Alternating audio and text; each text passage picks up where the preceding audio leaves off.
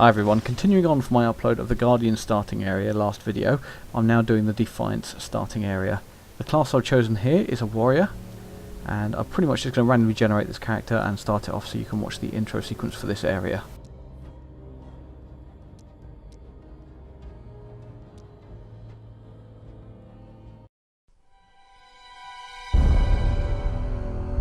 We couldn't stop them.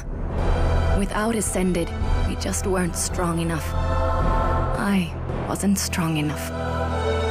The Guardians branded us heretics, destroyed our machines, and left us helpless against what was coming.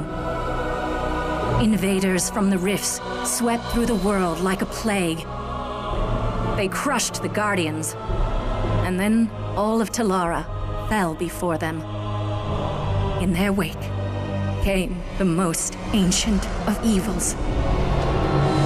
Regulus, the Destroyer. With no one left to stand before him, he devoured everything. But there is one last hope. We survivors have made our stand and successfully engineered a new Ascended. You are our masterpiece, Defiant. The fate of Talara rests on your shoulders. You must not fail. Exciting stuff.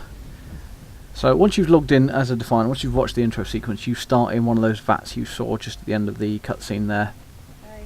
Now the same kind of quest exists here as they do in the Guardians area, where your first quest pretty much gives you your first soul.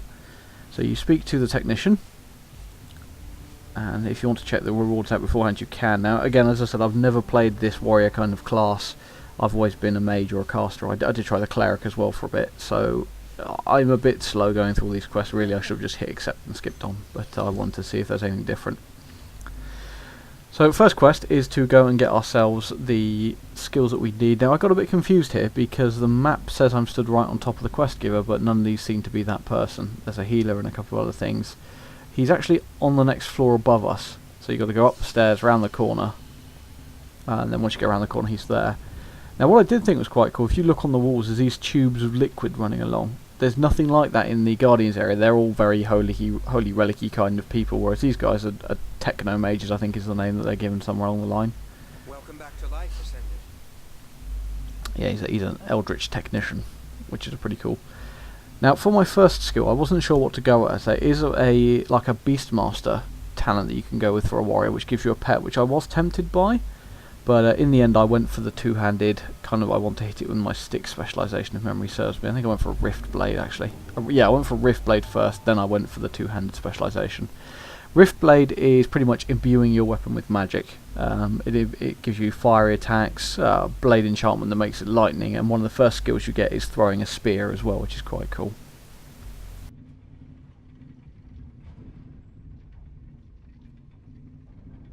Again, if you're interested in seeing what each of those are, I do highlight each one so you can just pause the video and read the description.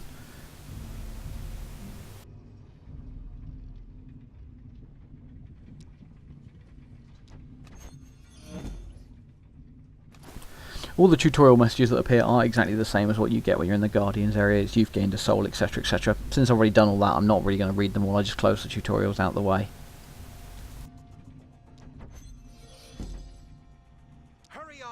We must get you to the time machine, so you can make right the past.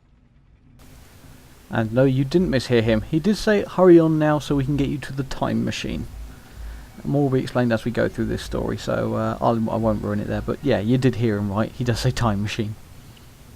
Anyway, now I've done that, the next step is to head on up to the surface and speak to one of the people in charge of keeping our asses alive while we resurrect everybody. And that's my lightning enchant on my weapon as well. As you can see, there's no actual effect on the weapon, it's just a buff in the top corner. And the other thing I did try and show off there but didn't work so well is that these characters, their racial ability is a kind of a giant leap, almost like heroic leap actually. And this is a little hologram that tells you about stuff if you want to sit and talk to it, which I decided not to. But yeah, if I can get the leap working correctly, I think I get it right. Here we go, yeah.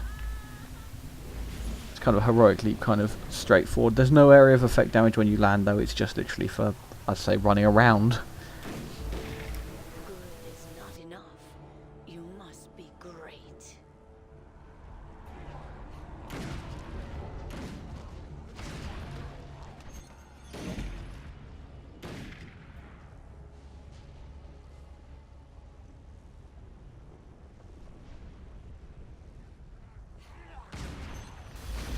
Now what you'll notice is that this starting area doesn't look a lot like the Guardian starting area. That's because we're in the future.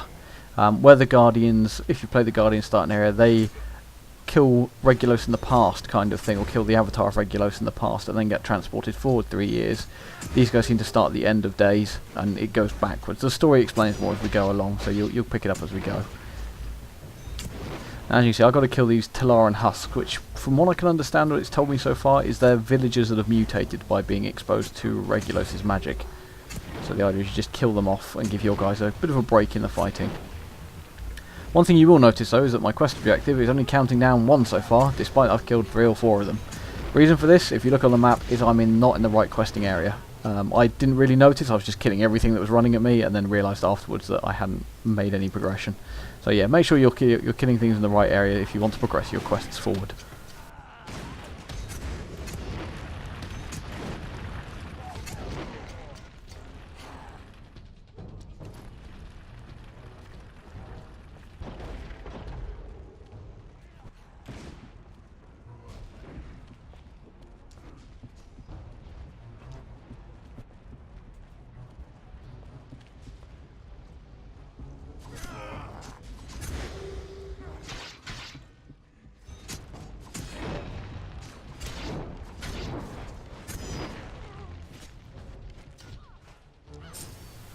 One thing I did notice here while playing a warrior actually is that the attacks, I can't figure out whether it's just something that I'm used to in Warcraft. When you attack something as a warrior, you hit it quite hard and you kind of get the feeling that you've hit it quite hard.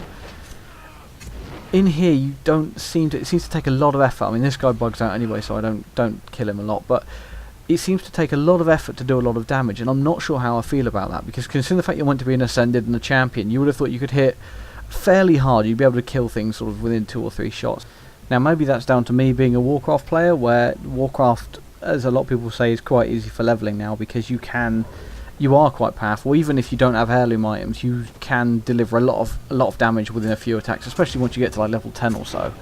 So I'm kind of, I mean, it's part in my mind that says that this isn't quite right how you're hitting things. And I have a friend who, she's looking at it. She was never a big fan of the warrior though. She's looking at playing a mage now. I'll put a link to her blog actually, 'cause she's got a couple of posts on Rift as well. So I'm partially in the mindset it might be me being used to Warcraft where I can just face roll and kill things, which to me is no big problem, because I like being able to face roll and kill things. It makes leveling quicker, but if they make leveling more enjoyable or mean I can chain more skills together and have flashier attacks, I'll let it slide. So I'm not made up on that one yet, although I did say to my friend the other day I might be made up. I think I've kind of, haven't played a bit more Rift, it's been, I'm 50-50 on it yet, I'm yet to decide. Now, one thing I do like is the flaming attack, which as you can see here, you can pummel them with a fire sword, is always quite cool. But auto attack, again, does seem extremely weak.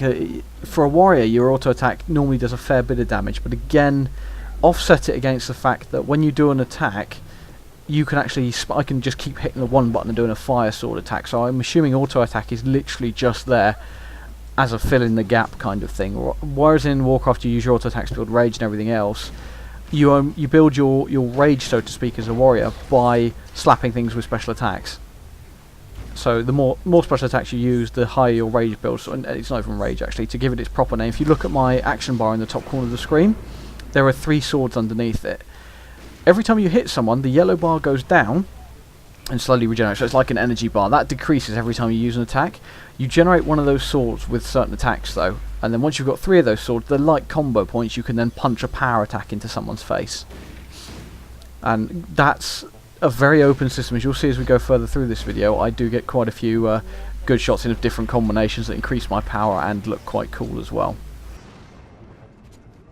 It also helps that I've now acquired a 2-handed axe. I was using a sword and shield combo before. Although one thing that catches my eye with having a sword and shield is you can tell when you've blocked, because you get a bonk sound as a standard block sound, but also like a ring of light comes out from around the edge of the shield, almost as if to say that was deflected, try again kind of thing to the enemy. And I quite like that. It's got a solid thunk to it as well. So as opposed to the weapons which don't seem to have that solid thunk as you hit things, the shield is pretty good for the thunk sound. Thunk sound, oh dear. Now this quest confused me a bit. You've got to trigger off the defensive, there's like little magic defensive turrets that you need to activate, and I could not figure out where these were until I caught the glimpse of the sparkles over there. So once you turn this on, what happens then is it powers up these little turrets on the floor. As you can see, the blue lights have come on, the red lights have come on, and it starts shooting magic at things. I missed that one there, but that one there just fires a concentrated laser, well, I say laser beam, it's like a fire beam. You'll turn 5 of these on to progress the quest. Now what I do like is they give you the quest in one area, so the quest was given by the woman at the beginning, but once you complete the quest, the person to hand it into is actually further on, so you're always progressing, you're not running back and forth to hand different quests in. But it also means that you don't, to use an example actually of a quest I've just done recently in Warcraft, you have to speak to Meg's Dread Shredder in Tanaris, and then speak to her again at the next point, so she moves there quicker than you can, which I always find a bit weird. It's like, why couldn't it be someone else, like Meg's assistant? Something like that, it just makes a bit more sense. Now once I've powered all these on, it should provide sufficient defense for the rest of the Defiants to continue resurrecting more ancients or whatever they're doing over there.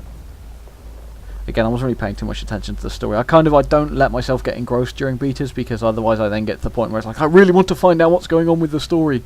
And that's never a good idea when you're just playing through a beta, because then you might think the game is crap and still wonder, like, well, what happened with the story? And you spend time reading the wiki then and looking like a sad git, as I do, reading the lore wikis and things like that. Warcraft is horrific for that. I tend to read the wikis at whenever I'm bored, see what's going on, see what lore I can learn about. It's awful habit. I shouldn't do it.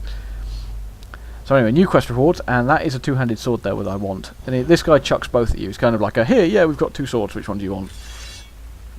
And look at the size of that freaking sword. That is a two-handed sword. That's what a two-handed sword should look like. Are you paying attention, Blizzard? Not tiny little stabbers like Blood Elves get. Proper manly two-handed sword. And funnier still is a dwarf still looks about the same carrying a sword like that.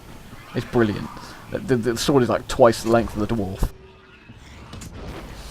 It's kind of a pet hate of mine, having characters that have weapons that fair enough, weapons scale in size with characters, but sometimes they look ridiculous. Like a two-handed sword requires 2 hands.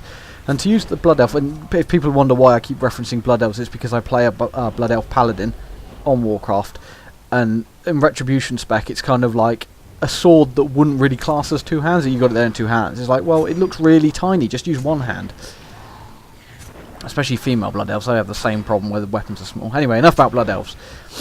I thoroughly like this part of the game because once you get into the swing of having a bigger weapon, there's a lot more smack behind it. You don't kill stuff, still not as quick as I'd think you need to kill it, but there's definitely a bit more smack. As you can see here, my special moves are doing a fair bit of damage. If anyone's wondering why I've still got those swords built up and haven't spent them yet, by the way, it's because you don't get a move just yet that lets you use it. I haven't spent my talent points to buy the move. I think I realised this a bit later on. There is a move you get though that just lets you dump them all into a straight up attack. And I'm hoping I get to show you that. Actually, I do use it later on in this video, so you'll get to see it then. Now these quests here are pretty much kill and collect quests. I've got to kill some these like black shade things. I do like the animations on these things. They look like they're on little jelly legs, which is quite funny. Kill them and collect the stuff they drop, and kill these dominators and things like that are just around there setting stuff on fire. From what I understand, these are followers of Ragnaros again. Not Ragnaros, sorry. Oh, God damn it, I'm going to keep doing that. Followers of Regulos. If I say Ragnaros over the next couple of clips, I mean Regulos. I just had a discussion with my brother about Ragnaros, and now I keep calling him Ragnaros instead of Regulos. So anyway, kill the Spectral Harvesters with their little funny, bouncy, jelly, springy legs. Collect stuff, take back to Quest Giver. As you see here, I double checked my spellbook just in case I'd missed the dump spell, which I realised I didn't have it yet.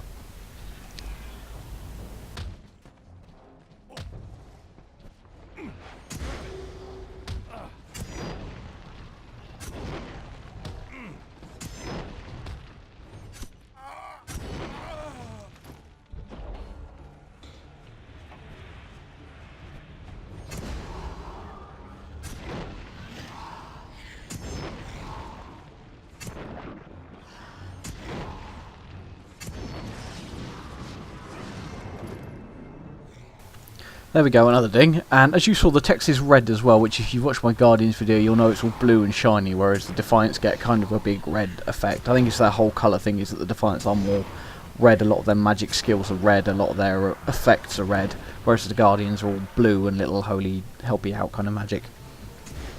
I quite like the little differences between them though, and the fact that the races although they're all humanoid races, they do seem to be quite easy to tell the differences. Like the Defiants have one race that look like an elves and the other two that look like massive, great, monstrous people. Whereas the Guardians have got the elves, the humans.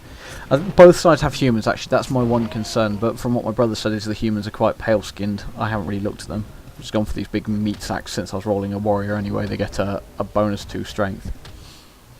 Now, since I've now realised I've got to go further along, I jumped down here thinking it was a shortcut and then realised it wasn't. So that'll be a lesson to you. Look before you leap off a cliff.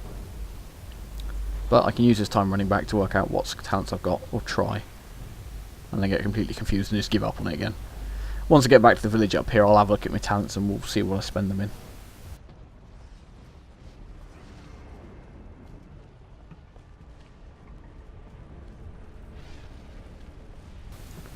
So here we are at last light, so I hand in a lot of my quests, pick up the rewards and that.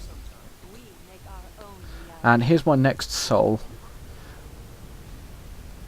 I believe I go for, I think it's Champion this time round, which is two-handed. Come on, brain. Yeah, I did go for Champion. Yeah, there you go, the Champion one is the one I went for eventually. It's two-handed weapon specialisation, pretty much. It gives you Bull Rush, which you'll see me use in a minute, which is like a charging move, which is absolutely brilliant. Now this again is what I mentioned about having some spells that duplicate. As you can see there, I've got my Fireblade spell, and I've got a basic hit spell which I just chuck off the bar. That is literally just the Fireblade, but for champions. Just a smack done, problem solved. So anyway, if I put my skill points in something that's actually going to be beneficial. Now again, what I like about soul trees is that they mix and match. So although you can only unlock stuff in the roots by spending points dedicated in one tree, you can unlock things such as there's a 5% or 10% stamina increase in the champion tree, 10% strength increase I think it is, sorry, in the champion tree, and then over in the other one, the Riftblade tree, there's like a 10% crit increase. So you can kind of bounce around. You can have 10% stamina, 10% crit. I don't think it's quite 10% actually, it's probably less than that. So you can slap points and then get what you like. Now because I'm only level 3, as you've seen there, I've tried to put more than 3 points in that tree and it's come back and said, no, you can't do that, you don't have enough, you're not high enough level. So it forces you to put into both trees, which in my book is both a good and a bad thing. It's good because I like the fact that you can, you're forced to experiment. But it's bad because if you really want to go into one tree and just put all your points into one tree, the game won't let you. You have to spend across different trees. Although I'd imagine once you get to high level you can then respec and just put everything back into one tree, or as many points as you can afford.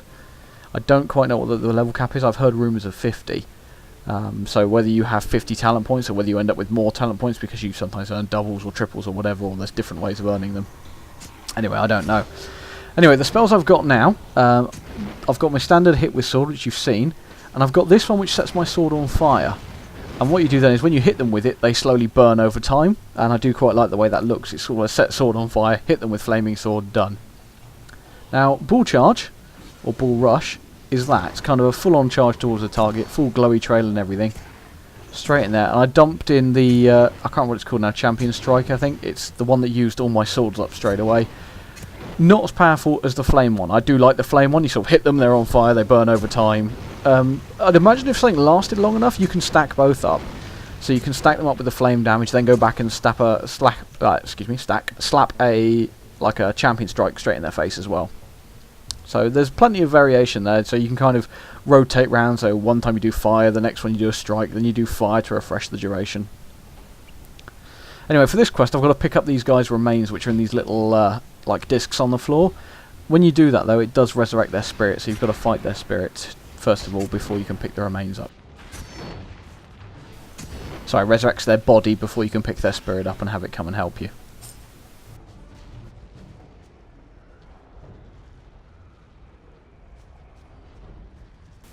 The wayward spirits that were there, I had no idea what they did, so I was unsure whether I should hit it or just leave it, but they do look quite cool, just a face floating around.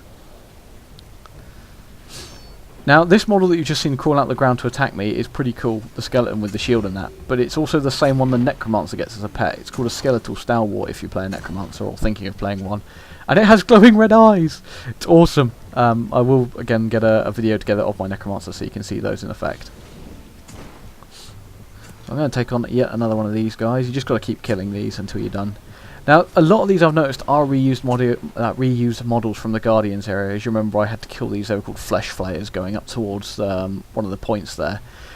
I don't know how I feel about reused models. If it's done correctly, you don't really notice it. I mean, I only remember because, I mean, they're done differently. Over here, they're a ghost. Over in the other area, they're a like a physical zombie kind of being. That's the only reason I spotted it, is because I remember the chain whip model was quite an interesting one. Now, again, providing you just don't end up at later levels, you just end up fighting them in different colour schemes, I'm more than happy to just accept them as a reskin for the starting area. At the end of the day, the rest of the game seems very highly polished. And you see how I cleverly managed to pull 2 as well.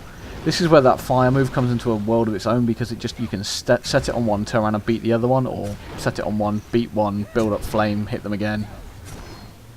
It's quite clever. The whole way you can combo so many talents together, I must admit, is one of my major factors about thinking of picking this game up on release. Which, if anyone was around when Aeon was released, or tried Aeon, you'll know exactly why I wouldn't want to pick an MMO up on release. Aeon looked really good in all the betas and all the trials, all the videos, and then come release day, there were too many players for all the servers. So people were logging on at 6 o'clock in the morning, setting up a player shop, which wasn't even required, because we don't, over here in the Western Hemisphere, we don't pay for game time the same way that they do in the Eastern days. Like in the Asian countries, they all have like they pay per game time kind of thing, so they purchase so much time so they can leave their shops open, things like that. So yeah, that was really off-putting on that, and the fact that I never renewed after the month was down to the reason that I couldn't get into the game half the time. It was just like, well, what is the point in this? There's also minimal communication from the teams. In fact, I think one of the things they turned around and said is, oh, well, you'll just have to wait till it dies off. I'm like, no. How about no? The thing about Rift is that the communication from Treon has been impressive. Zan normally always lets you know when there's a problem. There was an issue between BT and the servers. I'm not sure what it was, whether it was a port blocking issue or something. But the fact that Treon worked with BT to get the issue resolved, to me, is phenomenally impressive. I mean, I work in IT, and I know trying to get two companies who might have an interdicting issue to talk to each other to resolve that issue, next to impossible. You have more luck getting blood from a stone or intelligent conversation from a user someday. Which, again, things like that give me more faith in the company. I mean, I still might not pick Rift up on release. I might wait and see how it does. But I haven't got much... well, I say I haven't got much game-wise on the horizon thinking about it. There is Bulletstorm, which I'm probably going to give a try. And there's a few other things as well. Oh god, I'm making a video log. Sorry, I tend to ramble, and I do apologise. If there are certain things anyone ever wants me to focus on, do let me know in the comments, and I will try and stick to points rather than ramble. But I suppose a lot of these are just kill quests at the moment, so it's just I talk over it. You know what a kill quest looks like. Kill X, kill Y. Anyway, back on topic. I've still got to get a few more of these little soul canisters that are on the floor. And again, using heroic, I do like the effects, the spell effects, like the leap, the angel wings, the run if you're a human. It's a clever idea, just to give you something to do while you're running along. I'm not so sure on the run because it's got a stupid cooldown on it, but it does speed everybody in your group up, or every human in your group. I'm not entirely sure on that. I haven't actually tested it yet. The dwarf one seems a bit odd as well, just you don't take full damage. It's like, well, that's a bit random. I'd much rather have a move like that where I can fly or jump than a move where I just don't take full damage, or don't take full damage till double the distance. Then again, it depends how often you fall off cliffs. If you're like me and you tend to auto-run off them, maybe the dwarf one will save your life more often than not. Anyway, hand these quests in, level up again. That's more talent points to spend. And some shiny new armour that I'm going to wear. There's a nice chest piece here that I put on that looks quite beefy, as you can see there. Actually makes you feel like a warrior.